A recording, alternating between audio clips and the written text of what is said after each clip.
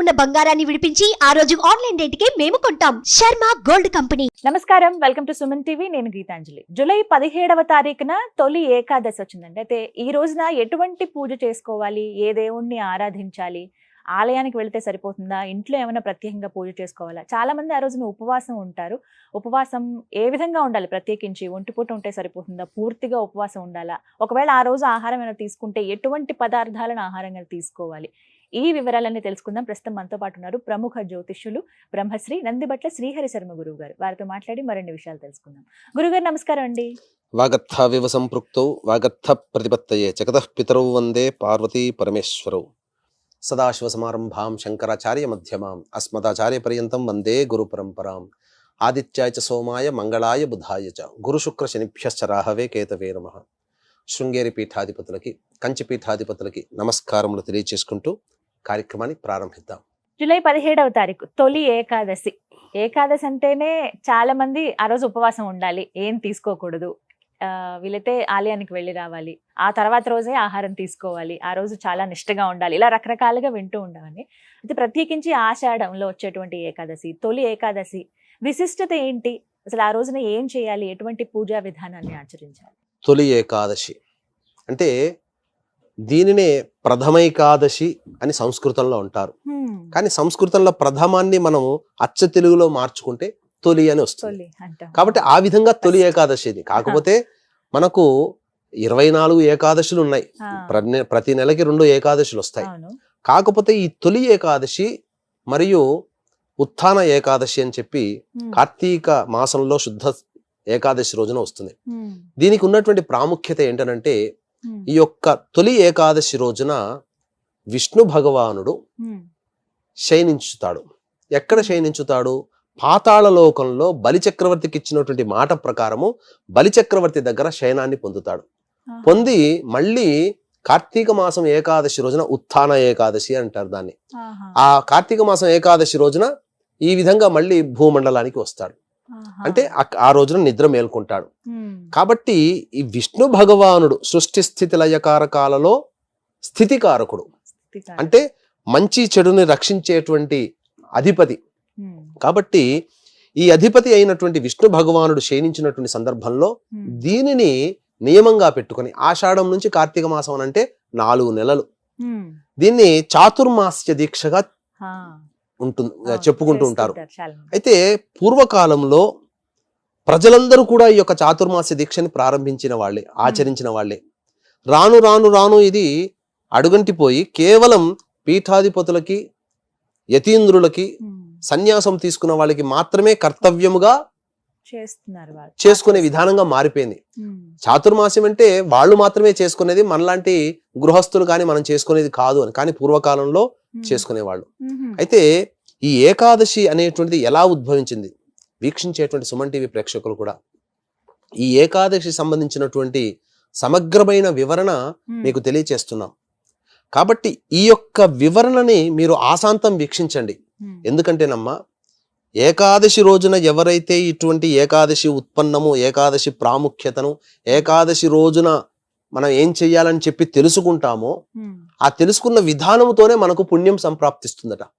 కాబట్టి ఆశాంతం ఈ యొక్క ఏకాదశి ఉత్పన్నాన్ని వీక్షణ చేస్తే కొంతైనా పుణ్యం మనకు కలుగుతుంది. అసలు ఎలా ఉద్భవించింది తిథి అనేటువంటిది చూసుకుంటే, పూర్వము కృతయుగంలో తాళజంగుడు అనేటువంటి ఒక రాక్షసుని యొక్క కొడుకు మురాసురుడు. ఆ మురాసురుడు బ్రహ్మవర ప్రసాదముతో మునీశ్వరులని, యజ్ఞయాగాది క్రతుల్ని, ప్రజలని నానా రకాలుగా హింసిస్తూ ఉంటే ఎవరు చెప్పుకుంటారు? రాజుకు చెప్పుకుంటారు, లేదా ఇంట్లో సమస్య వస్తే తండ్రికి చెప్పుకుంటారు. ప్రజలందరికీ సమస్య వస్తే భగవానుడికి చెప్పుకున్నారు, రాజులతో సహా. ఆ భగవానుడు విష్ణు భగవాను దగ్గరికి చెప్పుకున్నాడు. అప్పుడు విష్ణు భగవానుడు ఈ యొక్క మురాసురుణ్ణి సంహరించాలనే ఉద్దేశంతో 1000 ఏళ్ళు ఘోరమైనటువంటి యుద్ధం చేసి అలసి సొలసిపోయి ఒక గుహలో విశ్రమించాడు విష్ణు భగవానుడు. ఆ విశ్రమించినప్పుడు ఆ స్వామి వారి దేహము నుంచి, విష్ణు భగవాను దేహము నుంచి ఒక దేవత ఉద్భవించి ఆ మురాసురుని సంహరించింది. కాబట్టి అప్పుడు విష్ణు భగవాను సంతోషించి, నీకేం వరం కావాలి కోరుకోమ్మా అని అంటే, అప్పుడు ఆ యొక్క దేవత స్వరూపమైన స్త్రీ 3 వరాలు కోరుకుంటుంది. ఎప్పుడూ నేను నీకు సదా ప్రియత్వముగా ఉండాలి. ఉమ్, అలాగే నీకు నచ్చినటువంటి తిథుల్లో అత్యంత ప్రాధాన్యత నాకు కలగాలి. ఉమ్, మూడవది, నేను ఏర్పడినటువంటి తిథి రోజున నా రూపంలో ఎవరైతే నిన్ను కొలుస్తారో ఉమ్, వారికి మోక్ష ప్రాప్తి కలగాలి ఉమ్, అని చెప్పి మనకు చెప్పబడి ఉంది. ఉమ్, కాబట్టి ఈ రోజున ఎటువంటి పాపపు కార్యములు చేయకూడదు, అబద్ధం ఆడకూడదు, దొంగలించకూడదు. ముఖ్యంగా దంపతులు, వీక్షించేటువంటి దంపతులు మైథునము పనికిరాదు, దాంపత్యం పనికిరాదు ఈ రోజున. ఉమ్, అలాగే శుచిర్భూతులై ఉండాలి. సూర్యోదయం కంటే ముందే ఏకాదశి రోజున, ఈ రోజు 17వ తారీఖు రోజున వచ్చినటువంటి తొలి ఏకాదశి ఈ నెలలో చాలా ప్రత్యేకమైందమ్మా. ఎందుకంటే అనురాధ నక్షత్రంతో వస్తుంది. ఉమ్, దేవతా నక్షత్రాలలో అనురాధ నక్షత్రము చాలా గొప్పది. ఉమ్, పునర్వసు ఉంది, స్వాతి ఉంది, అనురాధ ఉంది. ఉమ్, ఇలా దేవతా నక్షత్రాల్లో అనురాధ నక్షత్రానికి చాలా ప్రత్యేకమైనటువంటిది. ఉమ్, కాబట్టి ఈ అనురాధ నక్షత్రం వచ్చింది కాబట్టి ఈ తొలి ఏకాదశి చాలా ఇంకా గొప్పదైనటువంటి ప్రాముఖ్యత. ఉమ్, అయితే ఈ తొలి ఏకాదశి రోజున చాలా మంది విష్ణు భగవానుడికి ప్రీతికరమైనటువంటివి పెట్టడం, ఎవరికైనా మనకు నచ్చినది ఎవరైనా తీసుకుని వస్తే సంతోషిస్తాం కదా. కానీ తెలియక కొంతమంది తప్పేం చేస్తారంటే ఉమ్, ఈ విష్ణు భగవానికి ఇష్టమైనటువంటి తులసి దళాన్ని తెంపుతారు. హా, ఏకాదశి రోజున తెంపకూడదు, తెంపొద్దు. పాపం వస్తుంది. ఉమ్, కాబట్టి ముందు రోజే దశమి తిథి రోజున ఈ యొక్క తులసి దళాలను తీసుకుని వచ్చి, ఉమ్, లేదా ముందు రోజు కోసినటువంటి మాల ఏదైనా కానీ ఉమ్, ఆ స్వామి వారికి పూజా విధానంలో మీరు చేసుకోవాలి. ఉమ్, అయితే ముఖ్యంగా మనం సైంటిఫికల్ గా ఆలోచిస్తే ఈ యొక్క భారతీయులు, ఎందుకంటే మొన్న కరోనా వచ్చింది కదమ్మా, ఉమ్, ఈ కరోనా వచ్చిన తర్వాత ప్రపంచమంతా కూడా పిట్టల్లా రాలిపోయారు. అవును. కానీ భారతదేశంలో చాలా ఇమ్యూనిటీ సిస్టంతో ఎందుకు ఇంతమంది ఉన్నారు అనేటువంటి ఆలోచన చేస్తే ఉమ్, వాళ్ళ ఇండియన్స్ యొక్క ఆచరణ ఎలా ఉంది, పద్ధతులు అని చెప్పి తెలుసుకుందామని వాళ్ళు రీసెర్చ్ చేశారు. చేసిన తర్వాత మన విధానంలో ఉన్నటువంటి ఏకాదశి తిథి యొక్క ప్రాధాన్యత, ఉమ్, అంటే ఈ ఏకాదశి తిథి రోజున పూర్వకాలంలో కఠినమైనటువంటి ఉపవాస దీక్ష పాటించేవాళ్ళు. ఉమ్, ఖచ్చితంగా చేసే. అంటే ఎటువంటి భోజన పదార్థము, ఉడికించినటువంటి భోజన పదార్థాలను తీసుకునే వాళ్ళు కారు. ఉమ్, కాబట్టి వీక్షించేటువంటి సుమన్ టీవీ ప్రేక్షకులు కూడా గమనించాల్సింది ఏంటంటే ఏకాదశి రోజున ఉపవాసం ఉండాలి. ఉమ్, ఎందుకు ఉపవాసం ఉండాలి అని అంటే మనలో ఉన్నటువంటి ఇమ్యూనిటీ సిస్టమ్, రోగ నిరోధక శక్తి పెరుగుతుంది. ఉమ్, అంటే దీనికి ఏం చెప్పబడి ఉంది శాస్త్రం ప్రకారం అంటే, పూర్వము విష్ణు యొక్క అనుగ్రహం చేత జన్మించినటువంటి పాప పురుషుడు, ఉమ్, తర్వాత బ్రహ్మ లలాటము నుంచి ఒక చెమట బిందువు, స్వేద బిందువు భూమి మీద పడి తద్వారా ఉద్భవించినటువంటి రాక్షసుడు, ఉమ్, ఇద్దరూ కలిసి మాకేదైనా, మేము ఉండే ప్రదేశం మాకు కావాలి అని చెప్పి కోరుకున్నారట. ఉమ్, అప్పుడు బ్రహ్మదేవుడు ఏం వరం ఇచ్చారంటే, మీరు ఏకాదశి తిథి రోజున అన్నాన్ని ఆశ్రయించండి.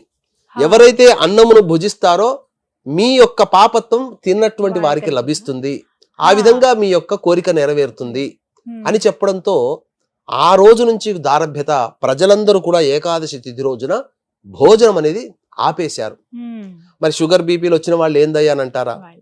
కాబట్టి మంటల మీద, నిప్పుల మీద వేయించినటువంటి చపాతీలు ఇవి తీసుకోవచ్చు. ఉమ్, పేలాల పిండి తీసుకోవచ్చు. అంటే ఆరోగ్యకరంగా. జొన్న విత్తులు ఉంటాయి కదా, మొక్కజొన్న విత్తులతో పేలాలు వస్తాయి కదా, ఉమ్, ఆ పేలాలను పిండి చేసి దేవుడికి నైవేద్యంగా పెట్టి చేసుకోవచ్చు. ఎందుకనంటే విష్ణు భగవానుడికి పేలాల పిండి అంటే మహాప్రీతి. ఉమ్, అందుకనే పేలాల ఏకాదశి అని అంటారు దీన్ని. అంటారు, అవును. కాబట్టి విష్ణు భగవానికి మీరు పూజ చేసి ఉమ్, పేలాల పిండిని నైవేద్యంగా పెట్టి ఉమ్, మీరు గనక భుజించినట్లయితే మీకు ఆ యొక్క ఏకాదశి తిథిన శక్తి వస్తుంది. ఉమ్, కాబట్టి ఇబ్బంది లేదు.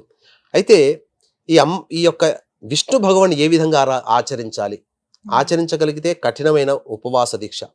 నేను చాలా మంది మధ్వలని అలాగే వైష్ణవుల్ని చూశాను, ఏకాదశి తిథి రోజున చాలా చక్కగా ఆచరించుకుంటారు. అవునండి. ఎటువంటి భోజన పదార్థం చెయ్యరు. ఉమ్, ఆ రోజల్లా కూడా విష్ణుకి ప్రీతికరమైనటువంటి స్వచ్ఛమైనటువంటి గో ఆజ్యముతో, ఉమ్, ఘృతము అంటారు, ఉమ్, ఆ ఘృతముతో అనగా ఆవు నేతితో దీపారాధన చేసి ఉమ్, విష్ణువుకి చక్కటి ఇష్టమైనటువంటి పసుపు రంగు పూలమాల వేసి, ఉమ్, పసుపు చామంతి పూలమాల వేసిన తర్వాత, లేదా తామర మాల వేయొచ్చు, లేదా మారేడు దళాల మాల వేస్తే ఇంకా విశేషం.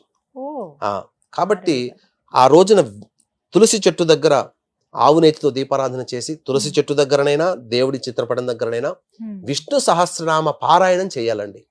ఎన్నిసార్లైనా కానీ చేయొచ్చు.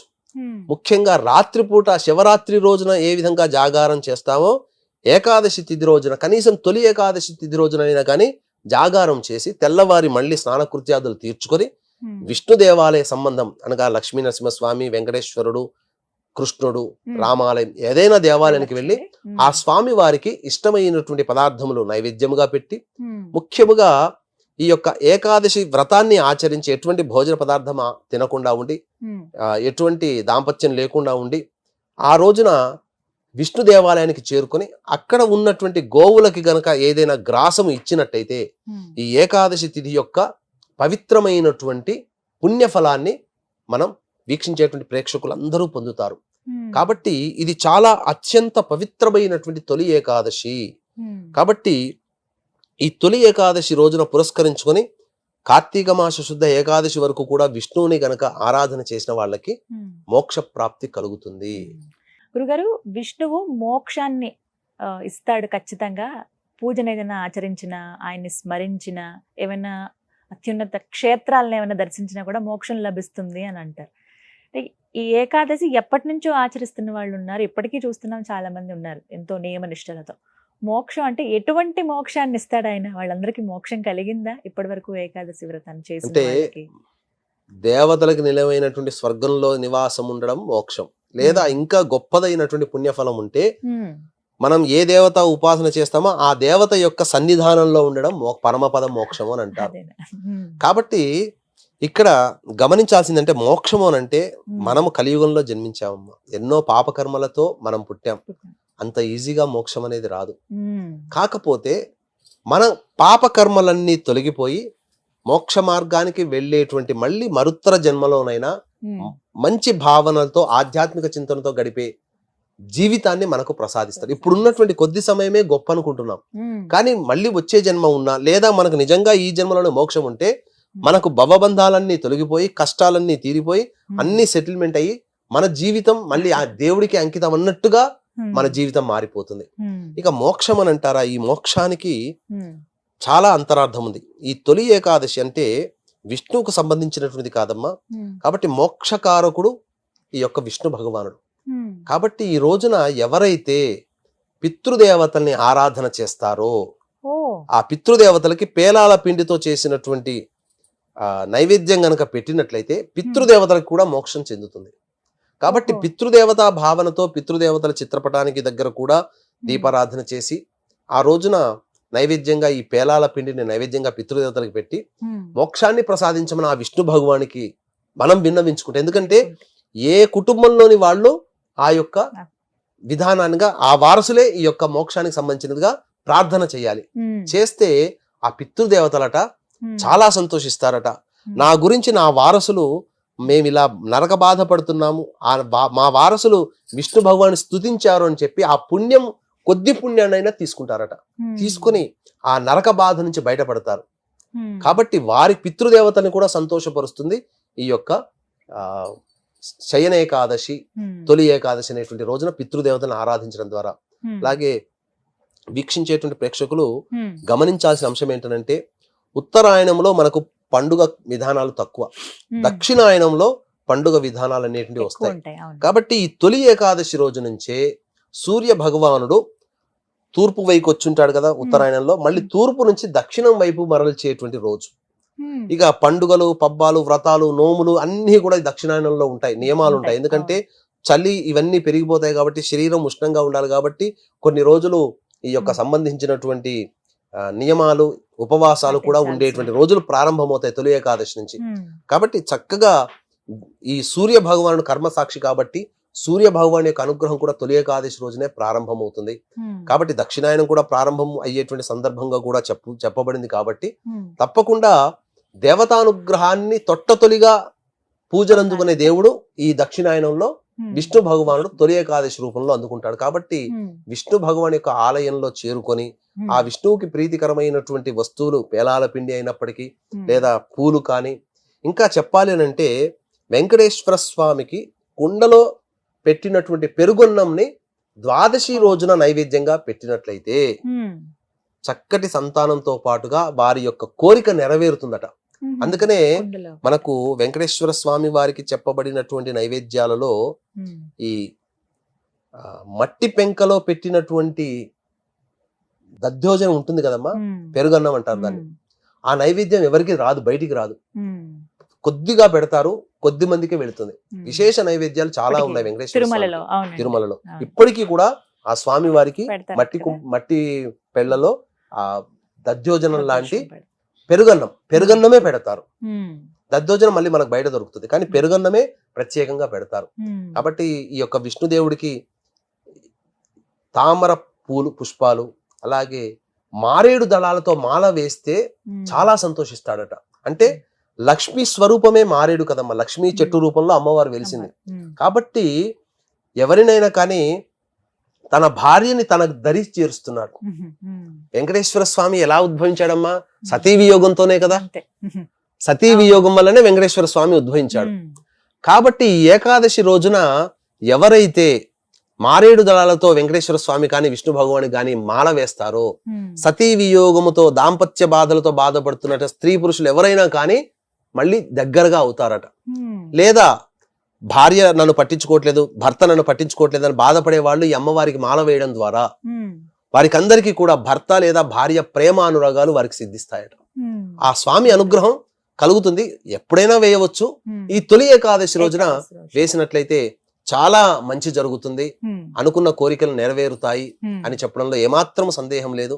అలాగే వీక్షించేటువంటి ప్రేక్షకులు కూడా గురు పౌర్ణమి సందర్భంగా శ్రీకాళహస్తి క్షేత్రంలో ఈ నెల 21వ తారీఖు రోజున రాహుకేతు పూజ, అలాగే విద్యార్థుల కోసం సరస్వతి దక్షిణామూర్తి హోమాలు, మరియు వృషభ మిథున కర్కాటక సింహత్తులో వృశ్చిక మకర కుంభమీన రాశిలో జన్మించినటువంటి వారికి శనిదోష పరిహారార్థమే హోమాలు, అలాగే విద్య, వివాహం, ఉద్యోగం, అనారోగ్య సమస్యలకి 18 రకాల హోమాది కార్యక్రమాలు కేవలం 1500 రూపాయల రుసుముకి చేయించడం జరుగుతుంది. అలాగే సంవత్సరం పొడుగుతా కూడా మీ యొక్క గోత్రనామాలను కుటుంబ సభ్యులకి కూడాను నమోదు చేసుకోవచ్చు. అవకాశం ఉన్న వాళ్ళు కార్యక్రమ తదనంతరం కాంటాక్ట్ చేసి పూర్తి వివరాలు తెలుసుకోండి. చాలా చక్కగా వివరించారు గురుగారు. నమస్కారం అండి. సర్వం శ్రీ ఉమామహేశ్వర పరబ్రహ్మార్పణమస్తు. విన్నారు కదా, తొలి ఏకాదశి ఏ విధంగా మనం ఆచరించాలో. అలాగే హోమాలు నిర్వహిస్తున్నారు ప్రత్యేకించి. అంటే సంవత్సరం పొడవునా ఏదో ఒక కార్యక్రమం ద్వారా ఆ దైవానుగ్రహం మనం పొందాలంటే మనకి వీలు కానప్పుడు మనం ఆలయానికి వెళ్ళలేము, కొన్నిసార్లు ఇళ్లలో వ్రతాలు చేసుకోలేము, కొన్ని పూజా కార్యక్రమాలు చేసుకోలేము. అలాంటి వాళ్ళ కోసం ప్రత్యేకంగా గురువు గారు కొన్ని హోమాలు నిర్వహిస్తున్నారు. వాటి గురించి పూర్తి వివరాలు తెలుసుకోవాలంటే మీకు స్క్రీన్ మీద నెంబర్ ఇస్తానండి, ఒకసారి కాల్ చేసి మీరు ఏ హోమం అయితే చేయదలుచుకుంటున్నారో, ఎక్కడ కావాలనుకుంటున్నారో ఒకసారి మీరు వివరాలు అడిగి చెప్పండి. అలాగే మీ పేరు, మీ గోత్రాలు కూడా నమోదు చేసుకుంటే ఇంకాస్త సులువు అవుతుంది. దానికి సంబంధించిన రుసుము, ఆ వివరాలన్నీ కూడా మీకు తెలియజేస్తారు. ఇది వాళ్ళ వీడియో. నమస్కారం.